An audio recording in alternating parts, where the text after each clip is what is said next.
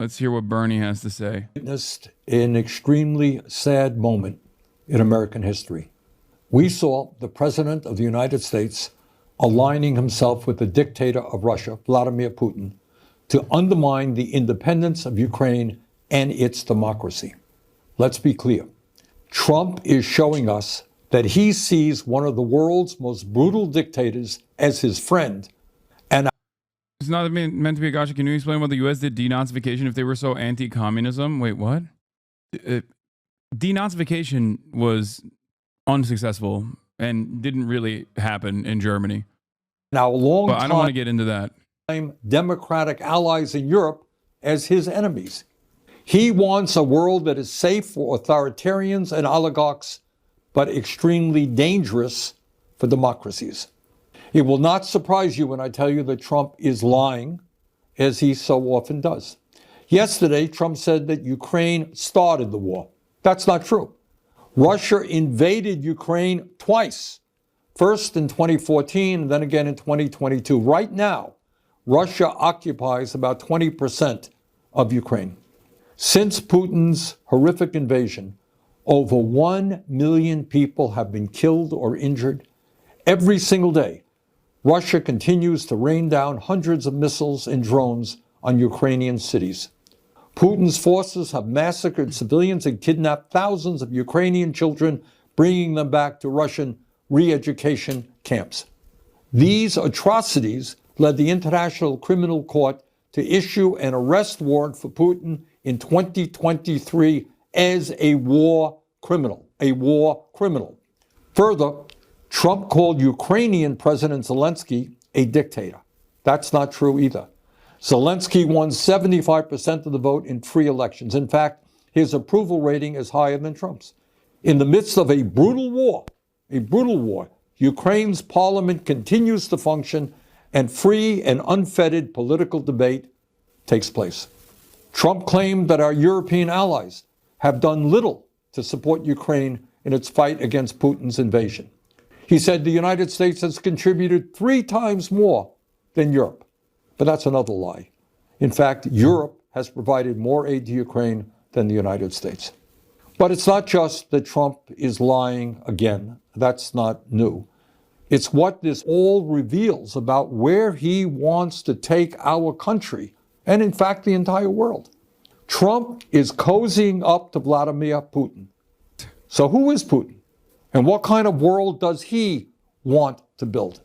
Putin is a dictator who crushed Russia's movement toward democracy after the end. Okay, from a purely aesthetic standpoint, I think it is insane what Donald Trump is saying, 100%.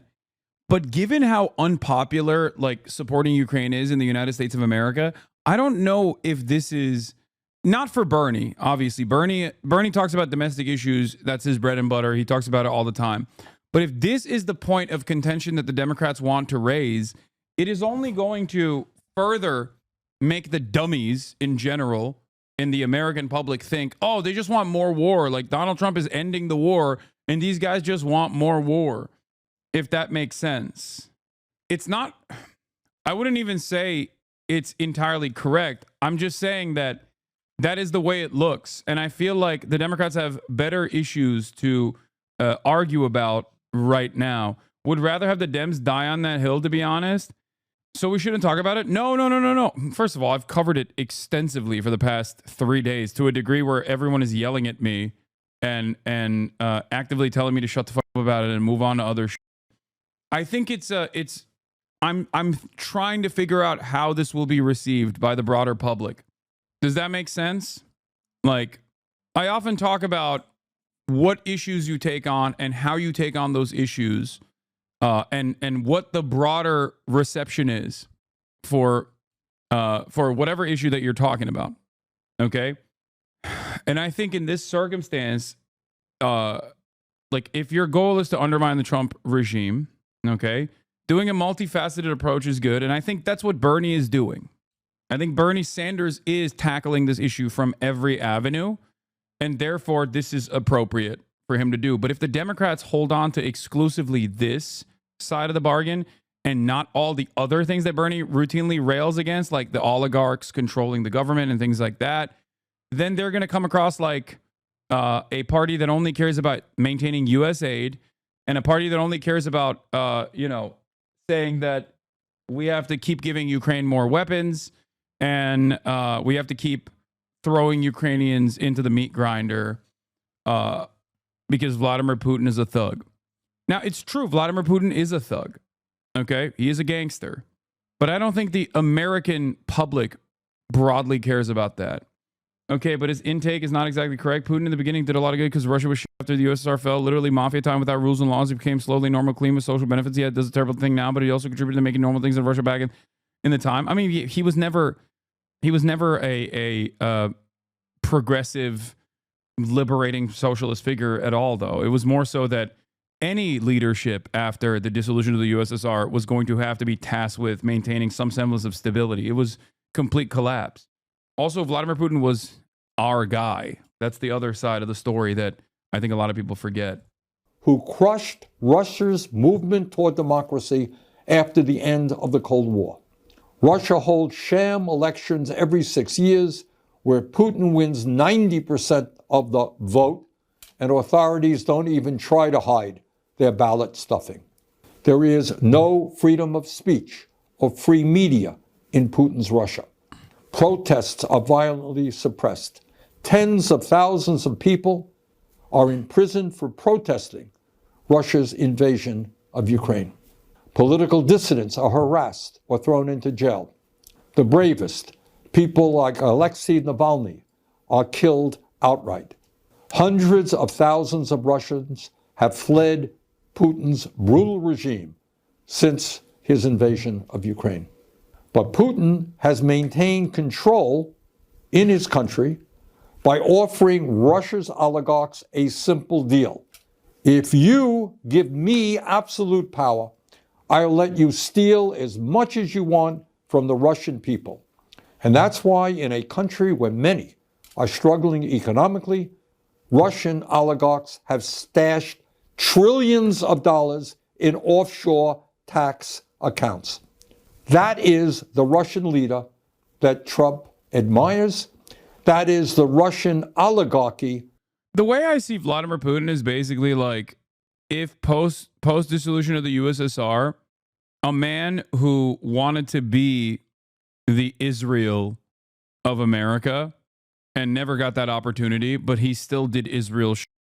But given the historic alignments and also given Russia as a foreign regional superpower that wanted to rebuild some of its glory, they oftentimes were directly at odds with the United States of America, and therefore they were constantly treated like, okay. But this does not mean that Vladimir Putin was ever a good person or ever a good leader in general, and that he was always a right-wing, pro-capitalist kleptocrat. I think that was the most revealing aspect of his interview with Tucker Carlson, where he was just like, why can't we be Israel? We want to be your Israel. We would love to be your Israel. Why did you never give us that opportunity to be your Israel, please? That's it. How do you think the relations between our allies will be if we keep aligning with Russia? I don't think that that's going to be, I don't know. I don't know if that's like entirely consequential. I think tariffs are probably more damaging in terms of like America maintaining its allegiances and commitments than aligning with Vladimir Putin. Depending on how things turn out with this ceasefire, you could have a very different attitude, in a couple months. Europeans will dump the USA faster than they know it. We're spiteful creatures. I don't think they will, but I don't know. Things are definitely changing. I think it's dangerous to have this thought about Putin or anyone saying he's all bad and taking away credit he might have had, not that I like him or anything. It's just not dialectic. No, I just think that any person who was in that position would do the exact same thing in terms of maintaining stability and under complete collapse. I mean, it's like looking at Israel's land reforms and being like, well, it's technically socialist. Okay, but it's also being utilized towards colonialism. It's being utilized towards maintaining the settler colonial project. You know what I mean? Like, sure, on principle, creating some semblance of stability in a country that was absolutely, utterly devastated is good.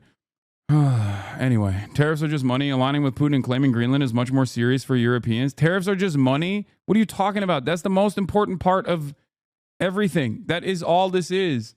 Tariffs are just money is so funny. What do you think happens when economies collapse? What do you think happens when like Europe becomes objectively poorer and poorer and poorer as a consequence of these tariffs? Yeah, tariffs are just money, except money is everything. That he supports.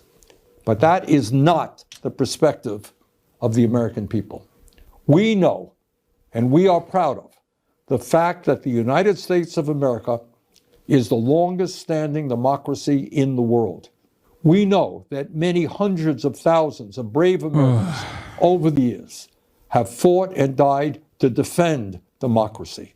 I wish we had more cranks, man. Like, I wish we had like real rugged anti-imperialist cranks. Like there used to be people who would take like positions that I was shocked by, you know what I mean? In terms of like foreign policy, the American Congress wasn't this uniparty on foreign policy where like everything came across like a State Department readout, you know?